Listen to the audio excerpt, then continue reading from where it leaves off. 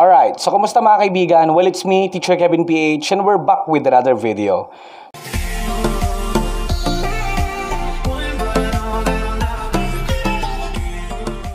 So, ang dami ko nakikita sa Facebook mga kaibigan na nagpo-post sila na na-scam daw sila ng taong ganito, kesyo ganyan, no?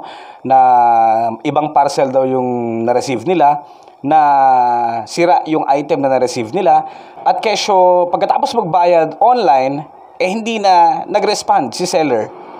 Meron pang iba mga kaibigan, na kahoy yung pinadala. Meron pang iba, na bakal. Well, pag-uusapan natin mga kaibigan, kung paano nga ba makakaiwas sa mga scammers sa Facebook. Yung mga online sellers sa Facebook, especially ng Facebook Marketplace. If this is your first time to visit my channel, nag-upload po ako dito ng mga educational content katulad dito, na tiyak, meron kayong matututunan. Let's do this!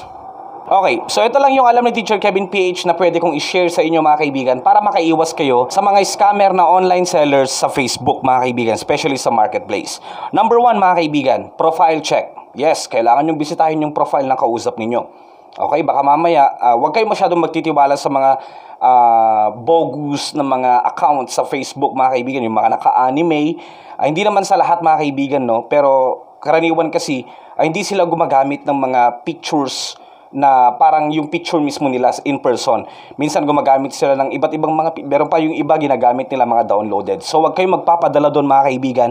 Kailangan yung ibisitahin mismo yung profile. Malalaman mong active at legit ang isang Facebook account. Syempre magpa-friend request ka naman sa kanya and matik i-accept nga yan kung talagang legit na seller siya. Then after that, saka mo siya i-browse, saka mo siya bisitahin, saka mo siya i-stalk. Yung legit na Facebook account mga kaibigan, mapapansin ninyo, merong post yan real time. Kung hindi man palagi, parang yung regular lang na ginagawa natin sa Facebook na nag-upload tayo ng kahit ano, di ba? Makikita mo naman yan kung real time yung pag-upload niya sa Facebook, di ba? Make sure na hindi bogus yung kausap nyo mga kaibigan. Pangalawa naman mga kaibigan, i-check mo yung mga posts niya. Matik yan. Kapag once na nakitransa ka sa Facebook, mag-friend request ka, i-accept ka niya, doon kayo mag-usap ng masinsinan. Ibabrowse mo naman, tignan mo yung mga posts niya, kung meron na ba siyang past transactions, mga kaibigan, no? Kung meron na ba siyang mga nabenta, such an item na parang hinahanap mo sa kanya. So, kailangan yung i-check yun. I-browse ninyo. Browse. Parang gano'n, mga kaibigan. Pangatlo naman, mga kaibigan, syempre, wag lang tayo magpadala doon sa mga posts or whatsoever kasi ang gagaling ng mga yan, mga kaibigan. Possible, suyuin natin yung seller na pwedeng makipag-contact sa atin through call or through video call at sana magkapagpakita siya ng mga proof of purchases ng ibang tao sa kanya. Bilang patunay lang na siya ay legit or whatsoever, 'di ba? Para at least kahit papaano, once nakakatawag mo na siya, pwede mong i-screenshot yung mukha niya kung sakali mang scamin ka later on, may hahabulin ka. Alright? Huwag niyong kakalimutan na kunin ang totoong pangalan ni seller.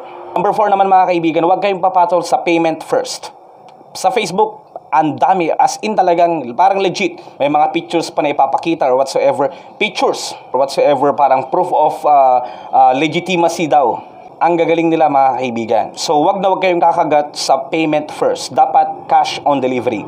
Katulad ng ginagawa ng iba't ibang mga online selling platforms. Lazada, Shopee, lahat naman yan or most of them, cash on delivery.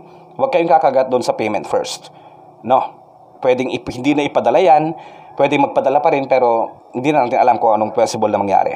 So, number 3 pa lang, panalo na kayo doon. Dapat makapag-screenshot kayo ng mukha niya. Dapat makuha nyo yung pangalan, totoong pangalan, address. Kung scamin kayo sa address o sa pangalan, at least yung mukha niya ang gusto nyo makita, may screenshot nyo agad. Diba?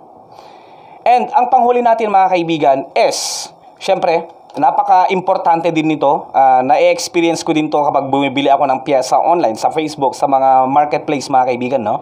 Depende naman mga kaibigan kung ano yung item na hinahanap natin. And kagandahan, once na nag-search tayo sa Facebook ng kesyo ganito, Epson printer, camera for sale, motor for sale, magpapakita yung marketplace. And isa pang perks nito mga kaibigan, dapat sumali kayo sa mga groups.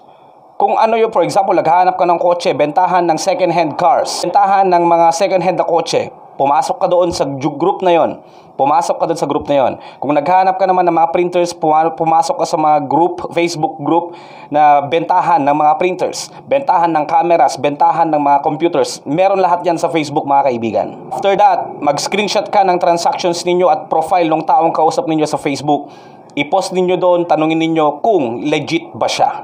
For sure naman, kung makikita naman natin na marami na siyang nabenta sa Facebook, mga kaibigan, pwede natin siyang i-legit check, kumbaga. Pwede nating i-share yung profile niya. Mga boss, mga sir, ma'am, baka pwedeng i-check kung legit ba siya. Meron at merong mga magko-comment dyan, mga kaibigan. Pwedeng ang sabihin nila is legit, or pwede rin namang na-scam na ako ng taong yan. Okay? Ganon. Sumali kayo sa mga groups. Isa pa, mga kaibigan, is sa mga pictures na isa-send sa inyo. Tignan nyo, baka downloaded. Tignan nyo, baka nagamit na yung picture sa Facebook, no?